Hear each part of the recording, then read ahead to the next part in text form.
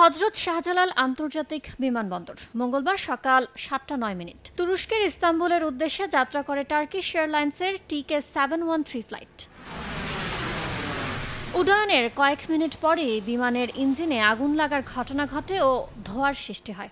এরপর ঘণ্টাখানেক আকাশে উড়িয়ে বিমানের জ্বালানি ফুরিয়ে ওজন কমান বিমানের পাইলট। পরে দক্ষতার সঙ্গে সকাল ৮টা ১ মিনিটে শাহজালাল আন্তর্জাতিক বিমানবন্দরে নিরাপদে জরুরি অবতরণ করেন তিনি।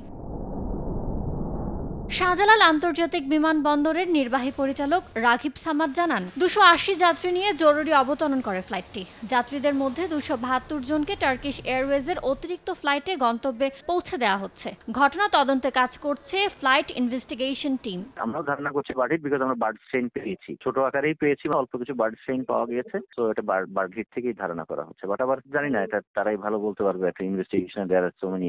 এর আগে গত ১৬ মে কক্সবাজার আন্তর্জাতিক বিমানবন্দর থেকে ছেড়ে আসা বাংলাদেশ বিমানের একটি ফ্লাইটের চাকা খুলে নিচে পড়ে যায়। তবে পাইলটের দক্ষতায় নিরাপদে অবতরণে সক্ষম হন। ফ্লাইটে শিশুসহ ৭১ জন যাত্রী ছিলেন। ইয়ানুর শিফাত, সময় সংবাদ, ঢাকা।